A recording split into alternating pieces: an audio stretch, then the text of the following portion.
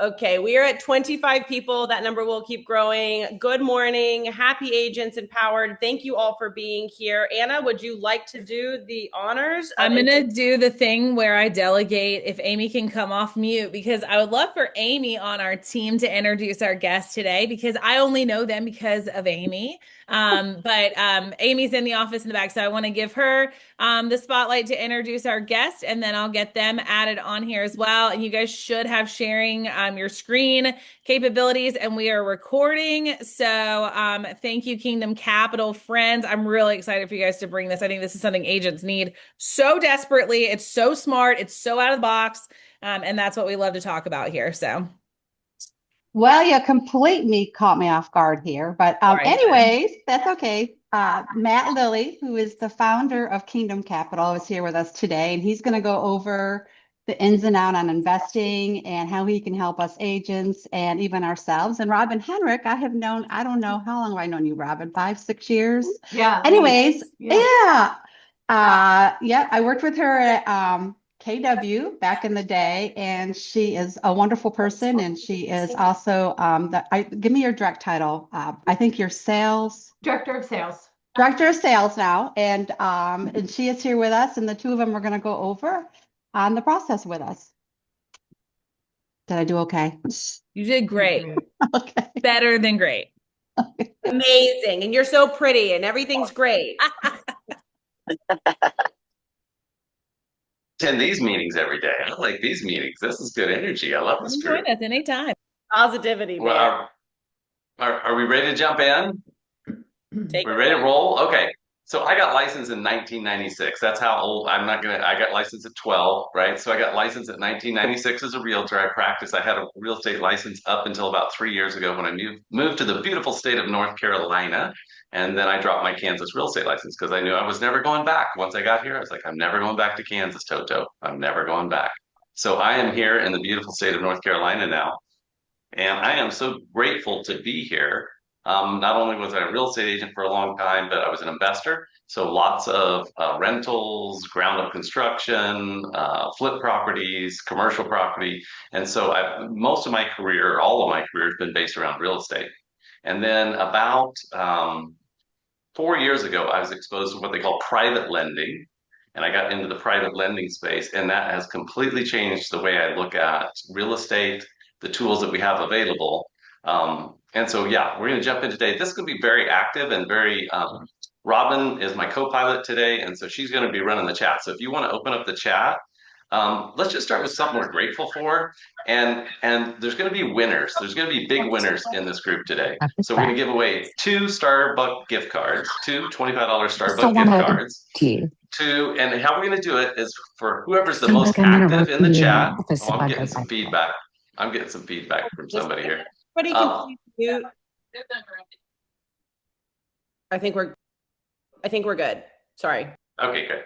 That's okay, no problem. And so we're going to make that chat super active today because we want questions. So this is all about learning for us all. And so if you'll let's just pop in something real quick that you're grateful for this morning in the chat. And then whoever's the most active in the chat is going to get a $25 gift card. And then we're going to randomly pick a winner out of the chat for another $25 gift card. So we're going to make it fun today. And I hope today, I was really thinking I've been prepping for this for about the last hour, and I was thinking, what do I really want out of this call? And it's just to provide the most impact for you that I can possibly deliver. And hopefully by the end of this potentially has the potential to be a big threshold moment for you to change or maybe add value to not only your customers, but your own life. And so I'm just super excited. Oh, I love this. My family, something about dang, that is fun. Okay. I'm grateful for this community, my husband and my dog. I love this. Okay. So thank you for starting to warm up the chat. Let's just get into it. So today we're going to talk about how to do more deals for yourself, how to do more deals for your clients. When I was first introduced, this was a threshold moment for me. Again, about 3 or 4 years ago, I heard of this thing called private lending and these loans that they were able to do. And I thought actually, it sounded too good to be true. And when I heard the loan officer say it at the time, I wasn't a loan officer, I was a realtor at the time. And I was like, Yeah, that's not right. That is too good to be true, and I don't believe it. And I walked away from it and came back to it a couple of years later, and then I became a lender because I was so excited about what we could do for ourselves and what we could do for other people. So we do have a PowerPoint. Robin, am I missing anything to this point? I love this chat. I love No, the I chat. I think love this you're group. doing great. Okay, well, tell me if I'm on. Here we go. I'm already 1 Celsius in for the morning, so. Let's go to, let me pull up the slide deck. Here we go. All right. And as you have questions, please just pop them in the chat. And then Robin, feel free to interrupt me as I'm presenting. So feel free to interrupt me and just pop in questions because we want this to be very interactive. You know, I can think about the threshold moments in my life, which have been definitely getting married was a big threshold moment for me. Can everybody see that? Is that being shared or it's coming? I think. There we go. Okay, so this is my fam. This is my beautiful wife, Erica. This is taken several years ago. Now my son, Sam, is 10 and my daughter, Sophie, is 6. She's a boss of me. Like I never had a boss. I was always self-employed since I was 19. I'm now 50 something. And Sophie is my full-time boss. She wakes up in the morning bossing me, and she goes to bed at night bossing me. And love my family. So this was definitely a threshold moment. Meeting my wife, getting married, having kids was a threshold moment. Moving to North Carolina was a threshold moment. And also, heavier things like when I had my appendix out, when my mom died, right? These are all threshold moments. Hopefully today, for some of you on this call, this is going to be a threshold moment. It's definitely a threshold moment for me because I know at some point I'm going to make a new friend on this call. I know this is the potential for me to have a new friendships, our company to have new friendships, Robin and I to have new friends. And so hopefully this is going to be a threshold moment. This is just some of my highlights, right? I was a realtor, did other stuff. But let's get into the fun stuff. Okay, today we're going to start with the BRRRR strategy. And I'm not going to, let me back up. Before I go over that, let's go back to the chat and just pop into the chat. What does BRRRR mean? What does BRRRR stand for? Who's heard of BRRRR? So let's just start there. Have you heard of the BRRRR strategy? Yes or no? Just let that run in the chat. Okay, and again, we're going to pick randomly. Yep, okay, great. Yes, no, no, no. Okay. So, and I can't see the chat because of the presentation. So, but yeah, just let me know, Rob. Okay, so I'm going to go over the BRRRR strategy. I've been an investor since literally I was like 20 years old. So the last 30 years, I ran this strategy and never knew it was called BRRRR until somebody wrote a book. There is a book that you can order on Amazon called the BRRRR Method. And so, but I didn't know what this stood for. But investors use this. So if you've never heard of it, great. If you have, let's do a quick refresher. It's buy. So the first thing here is buy, rehab, rent, refinance, and then repeat. And so we're going to be going over all of these steps fairly quickly. And where we can add the most value that's never been available until now is that number 4 under refi. We've never had the access to capital as investors as we have currently. The builders, so let's pop another question. How many people work with builders or know builders that they're, on a first name basis? So they either work with builders or know builders on a first name basis.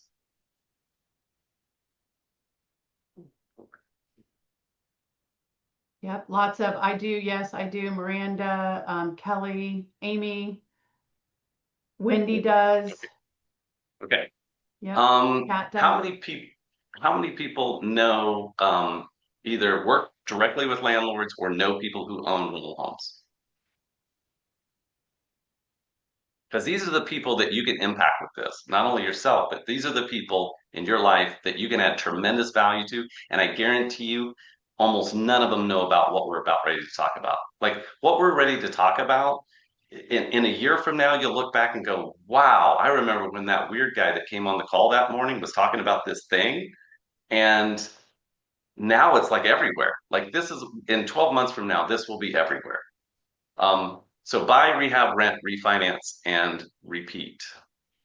So if we're dealing with, so this is basically when we're talking about fix and flip, right? Fix and flip. This also does apply for ground up construction, but really we're talking about fix and flip. So many of us as a realtor, what percentage, and then yell some of these out for me, Robin, but what percentage of realtors own rentals? Like we're professionals, right? We're in the business. We deal with homes every single day. What percentage of us actually own rental property? Just so throw out numbers, just guesses. It doesn't, yeah. Robin, read me some numbers. 10%, 25%, That 5%, 30%, 40%. perfect. So it's actually 10%. Less than 10% of all real estate professionals, all realtors own rental property, which is crazy. Like that's crazy. We're in the business. The only reason I became a realtor back in 1996 was to get because I was buying rental properties and I wanted access to more information. We hold the keys, right? We know when properties are coming on the market, right? We know when somebody needs to get out of the house because they're about ready to go upside down on that deal. Less than 10% of us own properties, and I think for the most part, because it's been super hard to borrow money. Like when I was starting out, it was super hard to borrow money. Now it's super easy to borrow money. It's been a complete flip.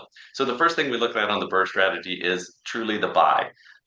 You got to be buying a property right. Typically, we're looking at distressed properties. We're looking at things that are in estates. We're looking at foreclosures, tax sales. The we buy ugly homes thing, right? You're looking for properties that need love, right? They need love. And typically we're looking for things that need, uh, where we can add value, right? We're looking for properties that add value. So if you're working with a client and especially a real estate flipper, how can you add value to them is bringing them properties that need love, that need to be fixed up, that need to be repaired. And so in this scenario, we're typically looking at, can I buy something? Can I fix it and make it worth uh, and still being at less than 70% of the ARV. What's ARV? Let's pop that in the chat. What's ARV?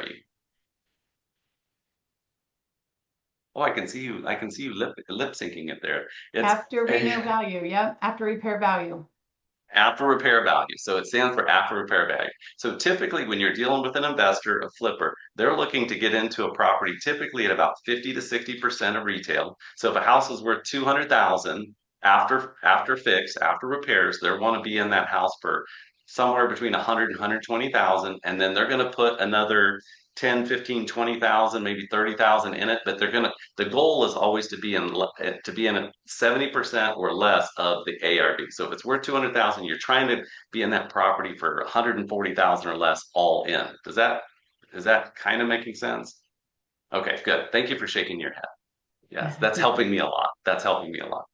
And then uh, one of the biggest things about the buy is the financing, but it's speed, right? So we all know you just talked about, you put an offer in on a building, you're going quickly. I'm sure that the reason the seller accepted it is because you're going quickly. You're being very direct with your offer on the building. Money loves speed, real estate loves speed. And so when it comes to dealing with investors, they love speed. We have to go fast. So do we have any questions? If you have any questions at this point, just pop them in and Robin will help me with that. I've already covered rehab a little bit, but we're really looking for, you know, it's like we go in houses every day as realtors, right? We go in and we see the things where we're like, okay, this house could be worth so much more if they would have just updated the kitchen, if they would have just fixed the bathroom, if they would have just redone the flooring. And so that's really what we're talking about on most of these flip properties on the rehab side is how can we add value? We add bathrooms, we add bedrooms, we upgrade kitchens, we upgrade bathrooms, right? That's what your investors are looking to do to these properties to gain the most value. That's where you can get the most bang for your buck. So value added focus, rental grade standards. If you're turning it truly into the BRRRR strategy, you're really looking not at flipping it, you're looking at turning it to a rental, and that's where you build wealth. So in the flipping business, and I'll tie this all together as we go through the presentation. This may seem a little random at this point, but in the flipping process, um, you're I flip properties to make money income, right? So if I'm flipping, I'm adding income. If I'm doing rentals, I'm building wealth. So for me during COVID was super hard on me financially, super, super hard. But I'd spent 20 years building up a real estate portfolio. So when my income went to zero during COVID, I was able to start selling or borrowing against my real estate assets, and that allowed me to survive COVID. Had I not had wealth, I would have not have survived financially COVID. There's no way. And so, and I'm going over this super fast at a super high level. Feel free to watch YouTube videos, talk to flippers in your market. But why is this relevant, right? So right now, I think it's one of the most challenging times to be a realtor in the history of real estate. There's more competition, there's more AI, there's more brokerage things happening than there ever has been. When I was practicing 20 years ago, 30 years ago, it was straight up competition. Now we're competing against things that aren't even human.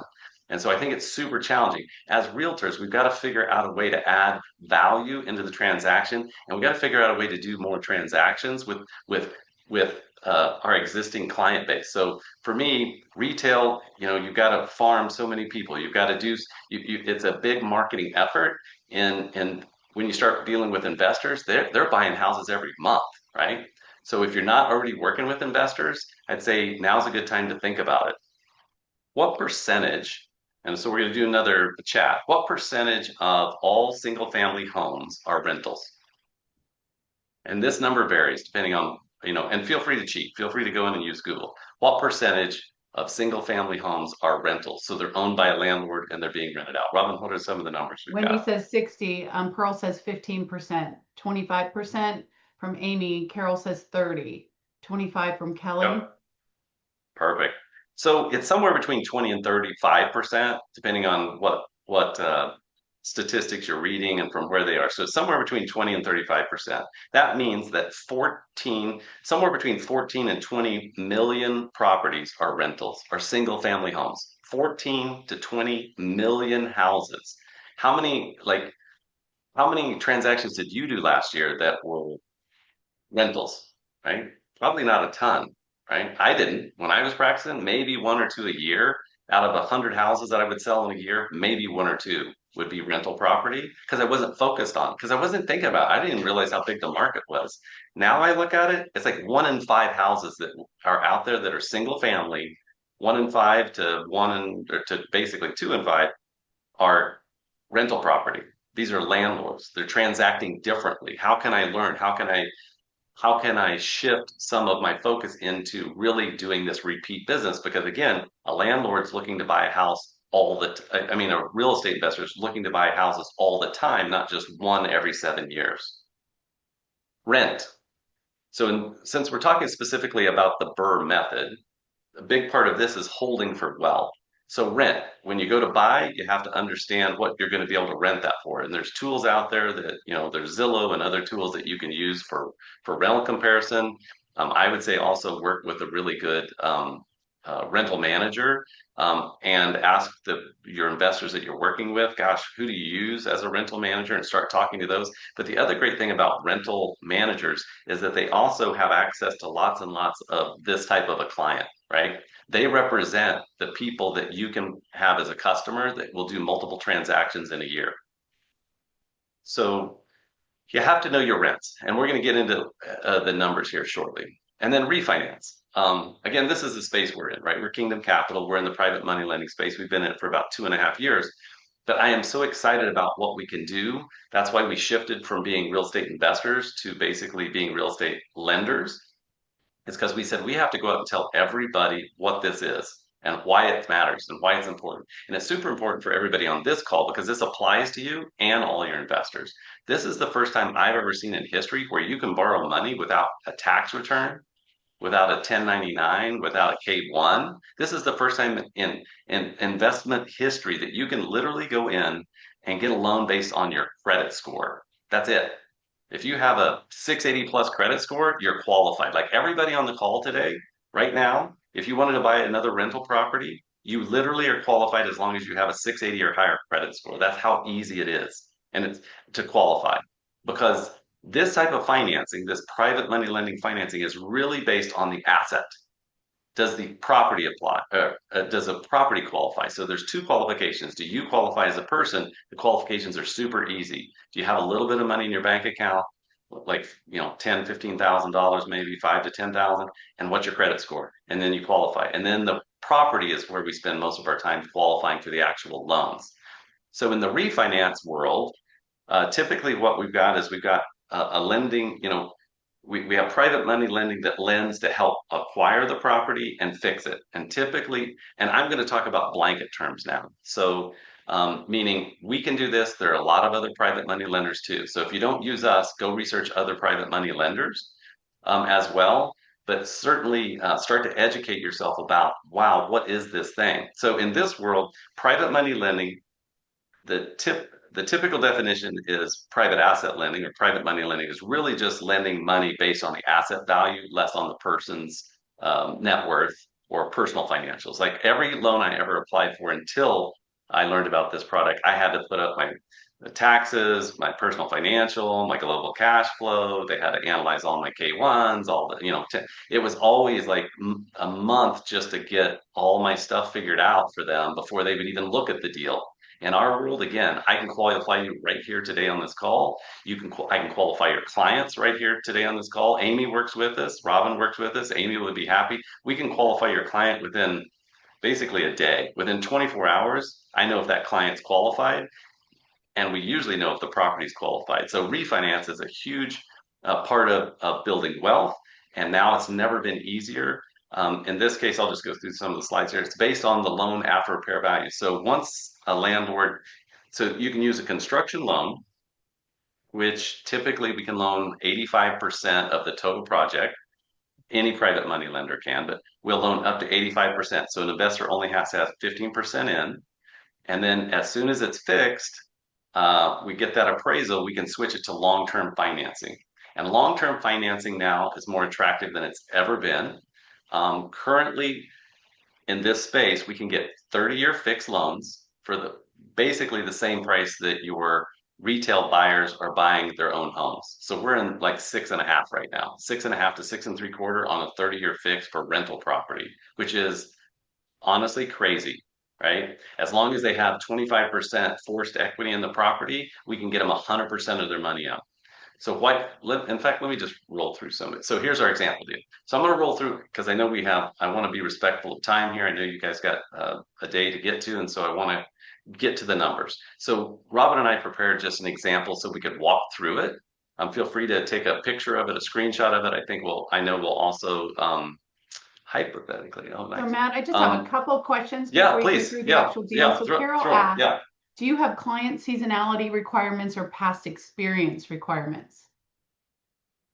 And this, I know, is going to sound too good to be true, and the answer is no.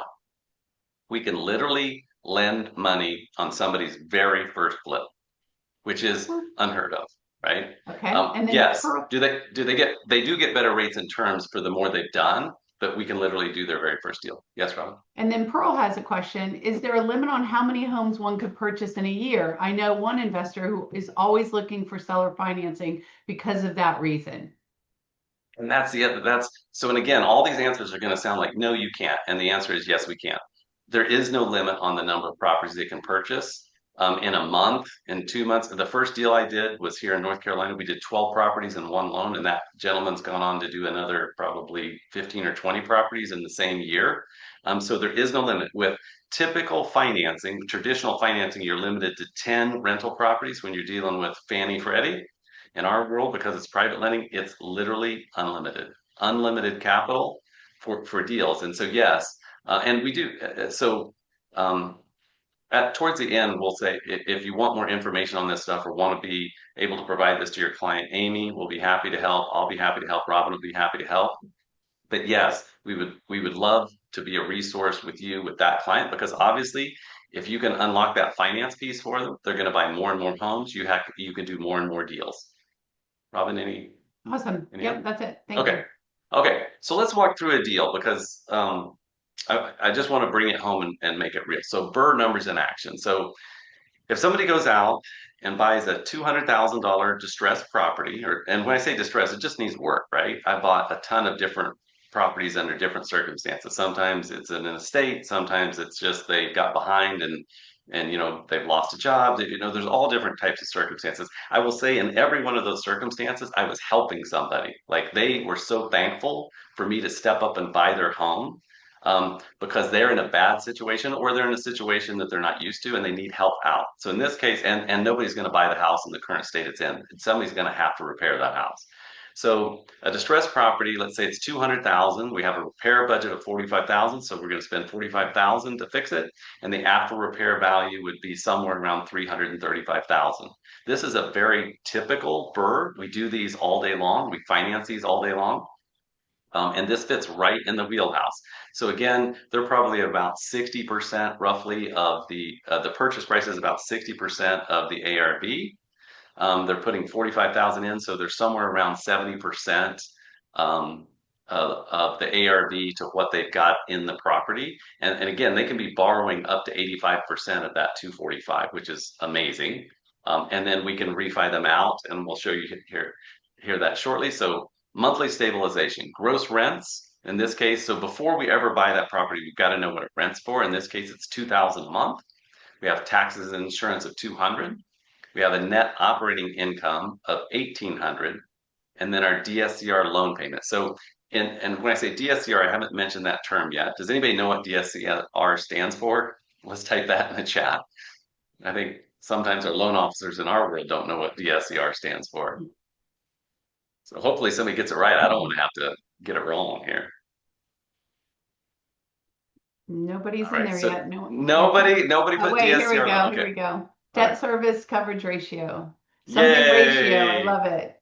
Debt Yes, service debt capture service coverage ratio, hmm which is just a fancy way, and that term's been around forever in the commercial lending space. It's just a fancy way to say, does the rent cover the payment? And as long as the rent covers the payment, then the property's qualified. And remember when I used that term a few minutes ago, is the property qualified? That's how the property's qualified when we look at this BRRRR strategy. Does the rent minus taxes, minus insurance, is that more than the loan payment? And if it is, then it qualifies. That's how simple this gets. It really is that simple. And in this scenario, to finish out the refinance, you know, at 335,000, we can cash out 75% of that ARV or what that home is now going to appraise for. So that's 251. So they have 251,000 back from the long-term DSCR loan that pays off the 245,000 that they have in. So that existing loan plus what they put in repairs. So they've got 100% of their money back. And in this example, they end up with $83,750 worth of equity on this property, which is amazing, right? We were never able to do this before. As a landlord before, I always had to put 20% down and leave 20% in for a long period of time until it eventually appraised for more later, typically 5 years. In this example, we can do all of the things I've just talked about in 90 days or less. Like literally, we can run this scenario in 90 days. We've seen landlords come in, they acquire the property, we get it appraised, and we refinance them out in 90 days, which all of their money. So they have $0 and 0 cents in this deal when it's done. So I'm going to pause there for a second because I've given us a lot of information. Rob, what are there questions that are coming up around this? Okay, not yet. So again, who does this apply? Who does this apply to? Builders. So this also applies to ground up construction. Doesn't matter if, and when I'm talking about BRRRR, that's because that's the strategy and the method we're talking about. But these type of loans apply to ground up construction, and they also apply to just fix and flip. You don't have to hold these properties for these loans to work. So let's go into, okay. So this is where the deal becomes 5. I don't know. Oh, right. Because so if your investor just has enough money to do one deal a year because they have to leave their money in, if you run the BRRRR strategy, they can take that same, let's say, 100,000, 50,000, $20,000, and they can repeat it because they're getting all their money back. They can repeat that 4 or 5 times a year. And so now where you were going to do one transaction with a landlord to buy a property, you can teach them and show them you can actually do 4 or 5 of these a year. We have so many clients coming to us that are like, oh, I want to buy 2 or 3 a year. And then we show them the scale and how we do this. And they're like, okay, now I want to do 20, right? Because they start to learn about scale, really, financial scale, and how to make this work. So I guess, Robin, what's been your biggest, you've been in this, you've been with us now about 8 or 9 months. What's been your biggest kind of aha? Because, you were like me, you came from the real estate side, you came from the realtor side, and you came into this private money lending world. So what's been the biggest takeaway for you? Yeah, definitely how easy it is. I just had no idea how easy the money was. And the biggest thing I think is important for y'all to know too, it doesn't necessarily have to be your money. So let's say you're all sitting on this call and you're like, you know what? I don't even know how I'm going to pay my rent next month myself. How am I going to get into this game myself? Or how am I going to help a client? There are ways that, in this space that you can actually use somebody else's money to get started. And that's what's really cool about this whole system. I had a 27-year-old team in Kansas City that ended up, by learning this system, they bought 300 properties last year, and they're 27 years old. So anyone can do this. And this is what's so exciting to me and why I made the change. I mean, I still am real estate. I'm licensed in 3 states. However, it's just the opportunity in the investment world right now for you all to go out and help your clients, and then also help yourself build wealth, is just, it's so incredibly exciting to me. And so, yeah, for me, that's my biggest aha. And then I want to Money bring is Amy there. in. It's not the hardest part of the process. Oh, I love that. Yeah. What was that? What was that I was coming from? gonna, oh, sorry. Start in the chat. It says money is there. It's not the hardest part of the process. It's Starting not. is the process. I agree 100%. And Amy, you come into this. So Amy's What, practicing. She's selling real estate, and she's also starting to lend money to people. So go ahead, Amy. What's yeah, been what your I kind was, of yeah, biggest? what I was gonna say was, a lot of this is all new information. As long as I've been in the business, I kind of put a wall between the investment side of real estate to doing the residential side. So this has been, like eye-opening to me. But for the agents out there on this call, I actually have a client that bought a bunch of rental properties back pre-COVID, literally right when COVID started, and she tried to sell the properties. And anyway, she wasn't getting what she wanted, and we're looking at portfolio in 7 of her homes right now, cashing out so she can, because she wants to reinvest. All her, like what Matt said, all of her money is tied into these rentals, and she can't, so now she's looking at cashing all of them out to reinvest it without having to go through the scales of what the banks are asking for, like what Matt said, W-2s and incomes and all this stuff, and it's making it so much easier for her. And so we should go back to our past clients or ones that are renting and say, look, we can get you a way out of that, and then I can help them buy the next house. Yep. So yeah, a lot of times what we see is that they're wanting to refinance their existing properties so that they can go buy new property that you can help them and be the agent on. And so again, it's more transactions for you because you're solving a problem. As when I was a realtor, that's really what I considered myself, as a problem solver. I'm solving people's problems and helping them transition to the next thing that they want. And this is exactly what we're talking about. So thank you for that, Amy.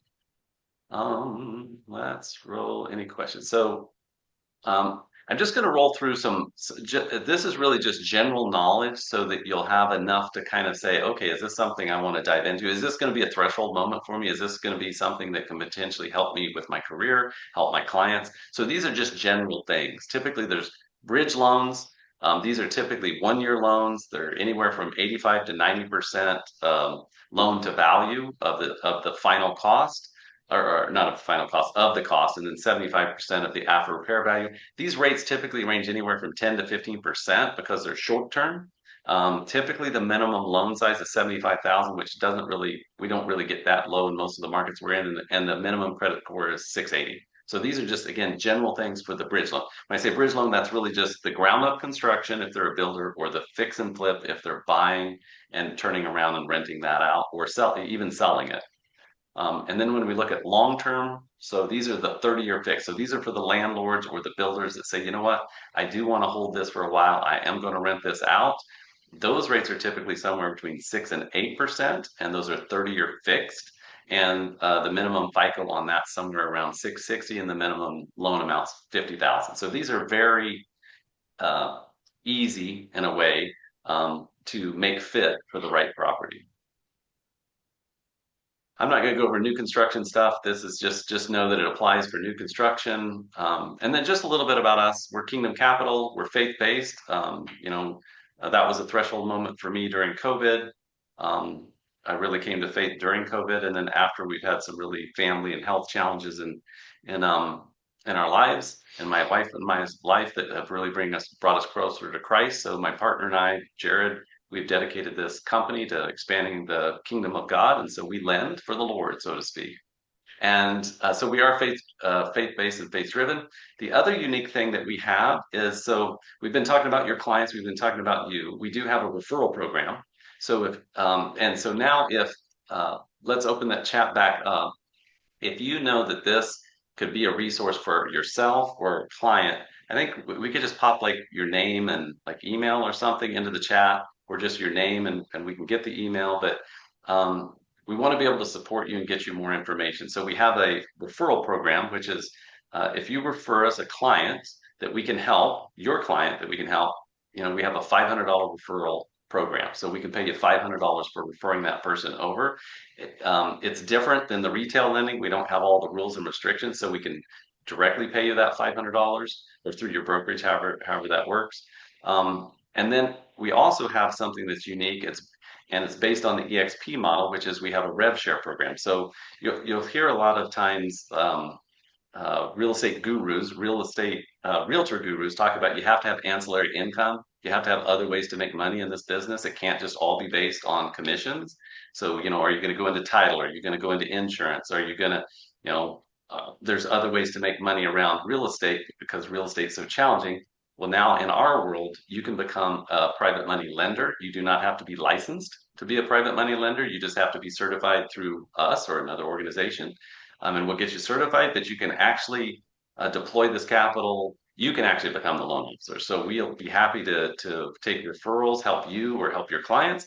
And if you choose to, you can also come into a world like Amy's done, like Robin's done, where they've said, you know what, I actually want to be the lender. So now I can add even more value to my client because I'm not only bringing them properties that they can purchase, but I'm also bringing in the finance. Think how valuable that is in that conversation. If you're saying, hey, I got this house that I've kind of run the numbers on for this BRRRR strategy, it works. Are you interested in buying it?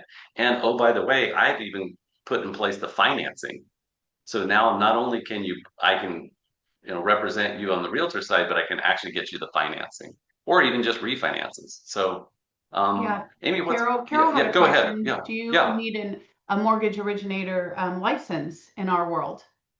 No, and that's why we are so excited. One, because we are our own clients, meaning um, we hated doing all the tax return stuff. We're the anti-bank. We're the anti-bankers, so we love that. And also, there's 44 or 45 states that we can lend in. You can lend across state lines. You don't have to just lend where you're at. You can lend anywhere in the country in these 45 states. But you do not have to have a lending license. We as a company have to have in some states, but individually, you do not, to lend in the private money lending space, you do not have to have a lending license. You don't have to be an MLO. Yeah, and the reason for that is because we are lending business to business. So we always lend to an LLC, not to an individual. So we do not have to abide by the same RESPA, TRID, all the guidelines that your retail borrowers have to do. And which is another reason why we don't need all their W-2s. We don't care if they're a 1099 and they don't have 2 years employment history, right? They can still get into the investment space and get a loan. So just think business to business, and that's why no license is required. Hi, I just put myself on unmute. I had a follow-up with that. Thanks, Amy and Matt, for the explanation on that. Do you guys then have your own fund, or do you work with like capital partners? Oh, so we do have our own fund and that's growing, but to access larger pools, we didn't want to be restricted by capital. So we are actually backed by insurance companies and pension funds. And so some of the largest in the country. And so we have access literally to not just hundreds of millions, but billions of dollars. There's infinite capital in this space, which again is just crazy. Like there is more capital chasing these single family rentals than the stock market right now because this capital loves this safe asset class, and especially with what's going on in the Middle East and the uncertainty and political stuff, it's just chasing this single family house because this is the safest asset class for money right now. I mean, there is nothing safer, not crypto, not stock market. So yeah, we have infinite capital. All right. I don't know if that was the end of the presentation. So if there's any other, so if you would like to have Amy or Robin or myself reach out and talk to you about a potential client, either a deal that you need to get done where you'd like to cash out. Like a lot of our clients just refinance and cash out money to go buy more property. And so we see time and time again, they're pulling 100, 200,000 up to, I've got one client that pulled $1 million out of his rental property so he could go buy more. And so we see that time and time again. So if you have a client and you're like, hey, Amy, I'd like to talk to you about this and see if this might be a fit, then I think just pop your name in the chat, or just reach out to Amy directly. And then also, if you're interested in making this potentially either referring clients to us on a consistent basis where you become a referral partner, or if you want to look at actually being having the lending be a side hustle, I think again, drop your name in. We'd be happy to invite you to Robin. Robin has a Wednesday discovery call every Wednesday, right, Robin? Or you want to talk about that real briefly? Yeah, every single Wednesday we do a discovery call at 12 o'clock Eastern. So feel free, I can invite you to that so you can just learn more information. What's really fun, what we're seeing is that really successful real estate agents, like all of you, are building a loan team as well. So our top loan officer also has a real estate team. She'll do a little over 300,000 just on the loan side. But her investor clients, I think the biggest aha with her is that her investor clients come back and they're doing 2 and 3 transactions a month with her, where some of her buyers and sellers, it may take 5 or 7 years to see them again. So it's an and for her. It's not an or. It's definitely an and has really changed her life. So it's fun. So as we close this out, I just want to thank everybody today for attending. I know we went over things super quickly, so feel free to reach out to us and let us know if we can be a resource or help. The purpose of my life now is just to touch as many lives as possible in a positive way, and hopefully add some value along the way and provide opportunities for them to grow and expand. So thank you so much for this time today. I really appreciate it, and let us know if we can be a resource. We're happy to help. Thank you guys. This was great. So much great feedback in the chat. I'm going to steal that strategy, Matt, of telling people. Oh, we got to announce winners. The more engaged the gift cards, because this call usually everybody's driving and sleeping. Yeah. Robin, can we announce a couple winners? I can. So I had to give the first one to the first person who put in the chat. That was Miranda. So she said she was grateful for her family, and then Kelly for her husband and her dog.